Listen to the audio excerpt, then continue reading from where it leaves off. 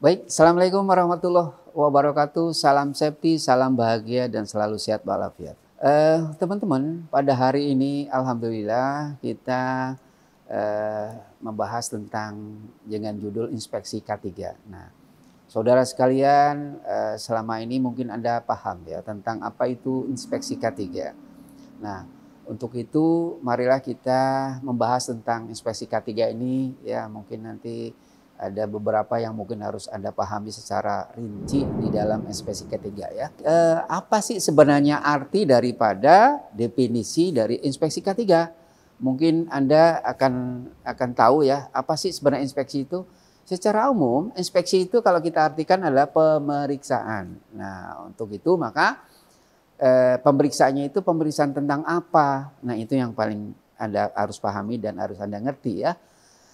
Inspeksi K3 adalah kalau diartikan oleh beberapa literatur, mudahnya adalah yaitu pemeriksaan secara sistematis yang mendalam di mana untuk menemukan namanya potensi bahaya di tempat kerja. Nah, tujuannya apa? Tujuannya yang pertama nih ya, menemukan namanya hazard ya atau bahan berbahaya, kemudian memastikan kepatuhan para seseorang dalam bekerja.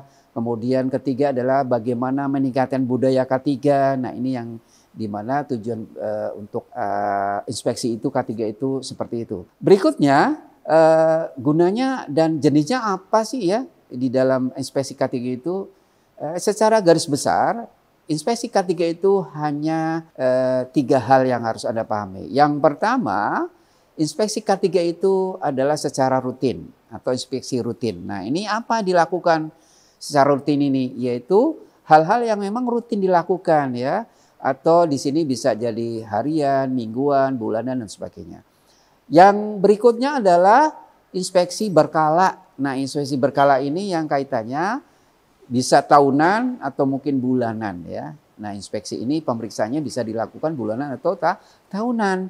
Kemudian yang inspeksi khusus, nah ini yang kita harus pahami, khusus itu kenapa kok dibilang inspeksi khusus? Inspeksi khusus ini adalah di mana akan sesuatu yang terjadi tentang kecelakaan. Nah, itu maka dilakukan inspeksi khusus gitu ya. Objeknya inspeksi apa aja sih? Nah, ini yang kaitannya harus kita pahami. Yang pertama yaitu adalah objek yang kita lihat di dalam inspeksi ini adalah yang pertama adalah peralatan kerja. Nah, ini yang penting nih ya.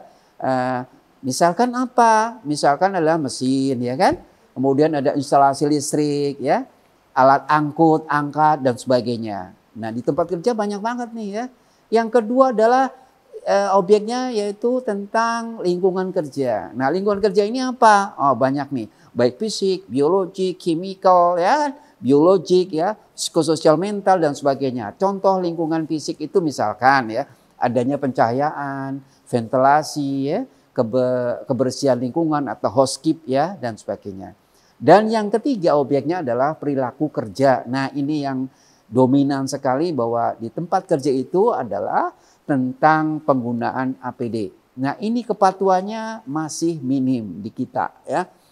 Mungkin Anda akan bertanya nih ya, bagaimana sih proses di dalam inspeksi K3 itu?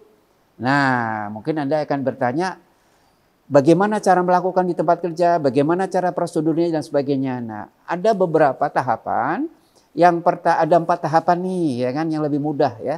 Yang pertama persiapan, yang kedua pelaksanaan, yang ketiga pencatatan dan keempat adalah tindak lanjut. Peralatan ini tentukan area yang akan kita cek, lihat atau observasi langsung gitu ya. Yang kedua adalah pelaksanaan nih. Nah, pelaksanaan ini misalkan pemeriksaan di lapangan ya dengan cara misalkan WTS, walk survey dan sebagainya. Yang ketiga adalah pencatatan. Ini penting banget ya. Semua apa yang dilakukan di dalam inspeksi K3 ini harus tercatat ya. Temuan-temuan tentang kondisi yang berbahaya. Nah, berikutnya adalah tindak lanjut. Setelah kita melakukan rangkaian di dalam proses inspeksi ini, kita harus mengadakan rekomendasi dan perbaikan. Ini yang menjadi hal yang sangat penting di dalam proses inspeksi gitu ya. Baik, nah saya kira manfaatnya mungkin cukup banyak ya di dalam proses inspeksi ini, mengurangi potensi kecelakaan, kesadaran pekerja, perusahaan jadi meningkat dan patuh regulasi, ya, menciptakan budaya kerja yang aman dan sehat. Nah, itu yang diharapkan. Baik, saya kira cukup dari apa yang saya jelaskan secara singkat, dan mungkin Anda akan berdiskusi lebih jauh nanti ke pertemuan yang berikutnya. Baik, saya kira tingkatkan Anda menjadi orang yang safety dan selalu aman di dalam tempat kerja dan belajar. Oke, Assalamualaikum warahmatullahi wabarakatuh.